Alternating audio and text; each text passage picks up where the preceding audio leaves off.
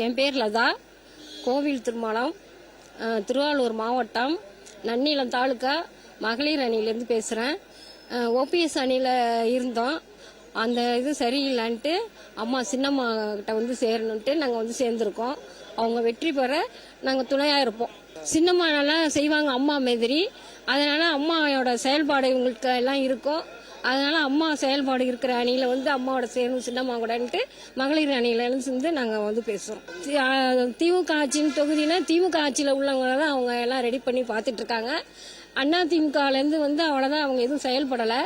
செய்கிறேன்னு சொல்லிட்டு செய்ய வேண்டிய விதவையெல்லாம் ஒன்றும் செய்யவும் முடியல.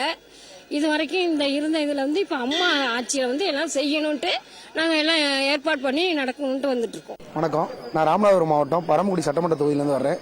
போலூர் ஒன்றியத்திலேருந்து அதிமுகவில் மாணவர் அணி செயலாளராக இருக்கேன். நான் அதிமுகவில் 2012 பயணிச்சுட்டு இருக்கேன். தற்போது சின்னம்மா வழியில் வந்து சின்னம்மா என்ன சொல்கிறாங்களோ அவங்க வழியில் பயணிக்கணும்னு முடிவில் அவங்களோட வந்து இணைஞ்சிட்டேன். சிவகங்கை மாவட்டம் காரைக்குடி சட்டமன்ற தொகுதியை சேர்ந்தவங்க. என் பேர் ராஜீவ்காந்தி. சின்னம்மா என்பது வெறும் வார்த்தை அல்ல, பலருக்கு வாழ்வளித்த வரலாறு என்ற கொள்கையின் அடிப்படையிலே ஆரம்ப காலத்திலிருந்து அஇஅதிமுகவிலிருந்து சின்னம்மா அவர்களின் வழிநடக்கும் தொண்டன் நான். சின்னம்மா அவர்கள் கழகத்திற்காக தியாகம் செய்து சிறை செல்லும் பொழுது துணை பொதுச் செயலாளருடன் ஒப்படைத்து சென்றார். அந்த துணை பொதுச் செயலாளர் தனியாக ஒரு இயக்கம் ஆரம்பித்து தன்னைத்தானே பொதுச் செயலாளர் என்று எந்த நிமிடத்தில் அறிவித்தாரோ அந்த நிமிடம் தொட்டு நான் அவரை ஃபாலோ செய்ய மறுத்துவிட்டு தியாகத் தலைவி சின்னம்மா அவர்களின் விழி அசைவில் எங்கள் வழிப்பயணம் என்பதை தொடர்ந்து கொண்டே வருகிறோம். தியாகத் தலைவி சின்னம்மா அவர்கள் இவ்வளவு காலமாக வரம் தரும் வரலட்சுமியாக அனைவரும் பார்த்தார்கள். அம்மாவும் அவ்வாறே நடந்து கொண்டார்கள். அன்போடு அனைவரையும் அரவணைக்கும் அன்புள்ள தாயை போல நடந்து கொண்டார்கள். இனி துரோகிகளை கருவறுக்கும் மகா காளியாக அவதாரம் எடுத்துள்ளார்கள். சின்னம்மா அவர்களின் விழி அசைவில் எங்கள் வழிப்பயணம், அவர்களின் கட்டளையே சாசனம், அவர்கள் சொல்வதே எங்கள் வேலை.